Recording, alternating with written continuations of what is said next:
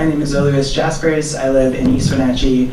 I will not be disclosing my address for safety purposes, but I speak before you as a Christian and as a minister, and I speak as a queer trans man, a blessing that I've understood to be by the grace of God and the guidance of the Holy Spirit.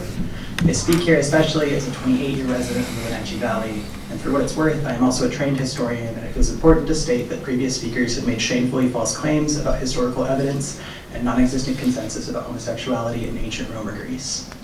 I believe there is room for conversation about the city's banners. I recognize that there are people who do not understand me or people like me, and there is room for curiosity, though I know many in the room are inclined to meet me with fear and misrepresentation.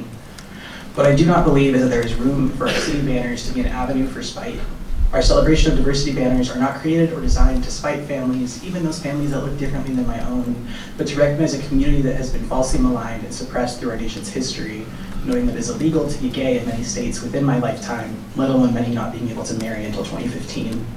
Turning Point USA's banners, on the other hand, as others have outlined, are clearly intended to spite the queer community and to spite those whose families look differently than TPUSA's narrow definition of acceptable family as one cisgender man, one cisgender woman, and their biological children in one nuclear household. Vector College's past marketing has made it clear that I am not included in their Turning Point USA chapter's celebration of American families. Their leadership refers to my community in terms of slurs as trannies and gay sex men without shame from their pulpits, and have maligned my community as a threat to others without evidence, while confirmed cases of sexual predators emerge within their own communities. It is dishonest if the city or others in the room expect me to see America's Family Month and believe that it celebrates me too, when those who conceived of it have made clear otherwise.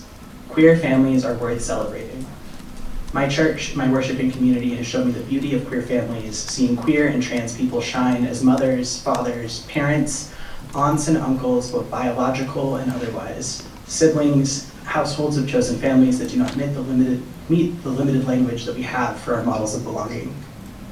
My expectation of the city is that you practice discernment in your practice of fairness and transparency, something that has clearly not been practiced in this case by evidence of extending grace to an organization whose national organization's behavior has had it recognized as behaving as a hate group, but not grace to an organization that has partnered with the city on these banners for years. Repeating ad nauseum that the process is fair and open does not inherently make it so, when evidence indicates otherwise.